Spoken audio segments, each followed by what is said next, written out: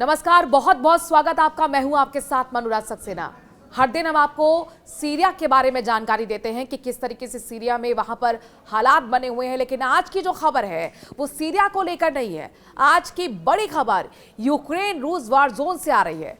चूंकि दोनों देशों के बीच पिछले 2 सालों से ज्यादा का वक्त बीत चुका है, युद्ध छिड़े हुए, लेकिन इस सब के बीच यूक्रेन ने रूस की राजधानी मॉस्को में घुसकर रूस के परमाणु चीफ को बम से उड़ा दिया।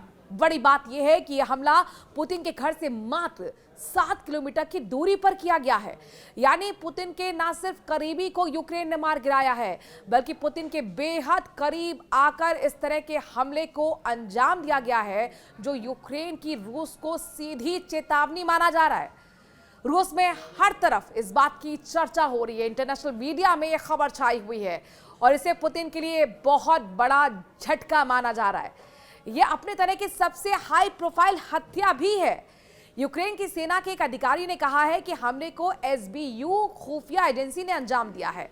इगोर किरिलोव नाम है परमाणु चीफ का, पुतिन के करीबी का, जिनकी हत्या की गई, जिनको हमले में मार गिराया गया। इगोर किरिलोव जब अपने कारकास से निकल रहे थे, उस दौरान विस्फोटक की चपेट में आ जाने से उनकी मौत हो गई।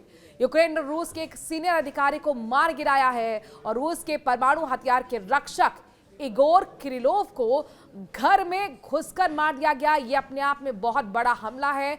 ये यूक्रेन का बहुत बड़ा झटका पुतिन के लिए है। यूक्रेन का आरोप है कि किरिलोव वॉर क्रिमिनल है और उसने 4800 से ज्यादा बार रासायनिक हथियारों का इस्तेमाल किया है। यूक्रेन ये भी दावा करता है कि रूसी सेना के एक सीनियर जनरल और उनके साथी को यूक्रेन सेना ने मॉस्को में मार गिराया। रूस की जांच समिति यानी कि एसके ने बताया है कि परमाणु जैविक रासायनिक रक्षा बल यानी कि एनबीसी के प्रमुख लेफ्टिनेंट जनरल इगोर किरिलोव, ये उनका पूरा पद था, जिनके बारे में हम जिक्र कर रहे हैं, जिनके बारे में आज पूरा वीडियो है।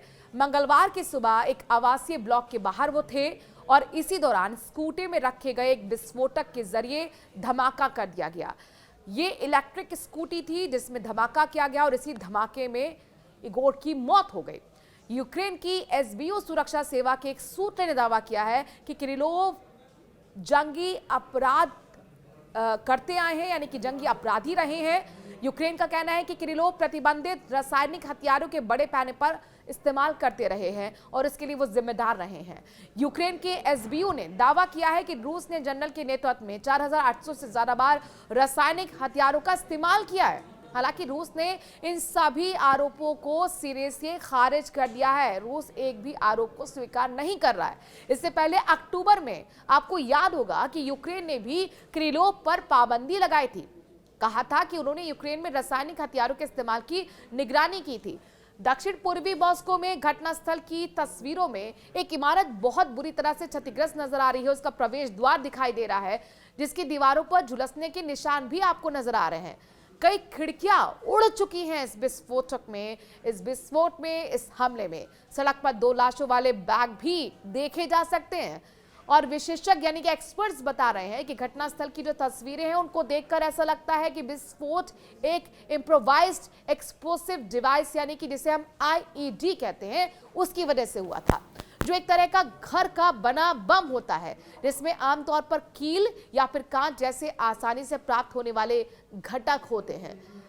यूक्रेन में मॉस्को के युद्ध में अपनी कार्रवाई के लिए किरिलोव पर ब्रिटेन और कनाडा सहित कई ऐसे देश हैं जिन्होंने बैन लगा रखा है, प्रतिबंध लगा रखा है। सोमवार को यूक्रेन की सुरक्षा सेवा या फिर यूं कहें कि एसबीयू ने उनके खिलाफ आपराधिक जांच शुरू की थी, जिसमें उन पर प्रतिबंधित रासायनिक हथियारों के इस्तेमाल का निर्देश देने का आरोप लगा था और उसके ठीक एक दिन बाद यानी मंगलवार को उनकी मौत हो गई इस हमले में, जो कि यूक्रेन की तरफ से किया गया। मई में भी एक बहुत बड़ी खबर आई थी अमेरिका से, चूंकि अमेरिकी विदेश विभाग ने एक बयान में कहा था कि उसने यूक्रेन सैनिकों के खिलाफ क्लोरोपिक्रिन का उपयोग किया है, जो प्रथम विश्व युद्ध में पहली बार इस्तेमाल की गई है। जहरीली ये गैस है। रूस ने यूक्रेन में किसी भी रासायनिक हथियार के प्रयोग से हालांकि इनकार करता रहा, उस टाइम भी उसने इनकार किया है कि पर युद्ध में जहरीले तत्वों के इस्तेमाल का उस पर आरोप लगा है। ये घटना पुतिन के लिए बहुत बड़ा झटका है।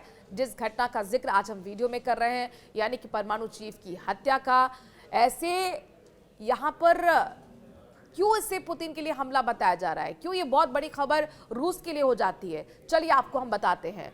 दरअसल 54 साल के हैं किरिलोव, रूस के अंदर मारे जाने वाले सबसे उच्च रैंकिंग वाले रूसी सैन्य अधिकारी थे। उनकी मौत से सीनियर सैन्य अधिकारियों के लिए सुरक्षा उपायों की समीक्षा होने की अब उम्मीद बढ़ गई है। एक तरीके से खतरा भी बढ़ गया है। किरिलोव ने रूस के रेडियोधर्मी, रासायनिक और जैविक रक्षा बलों की कमान संभाली हुई थी, जो कि विकिरण, रसायनों या फिर जैविक एजेंटों से दूषित वातावरण में सैनिकों की सुरक्षा के लिए काम करने वाली एक विशेष इकाई थी। किरिलोव जो कि शादीशुदा थे, उनके 2 बेटे भी हैं। अक्सर सरकारी टेलीविजन पर यूक्रेन पर परमाणु सुरक्षा मानकों का उल्लंघन करने और अलग अलग घटनाओं के बारे में उसे दोषी ठहराते हुए दिखाई देते थे। अक्टूबर में ही ब्रिटेन ने किरिलोव पर और उनकी सेना पर पाबंदी भी लगाई थी।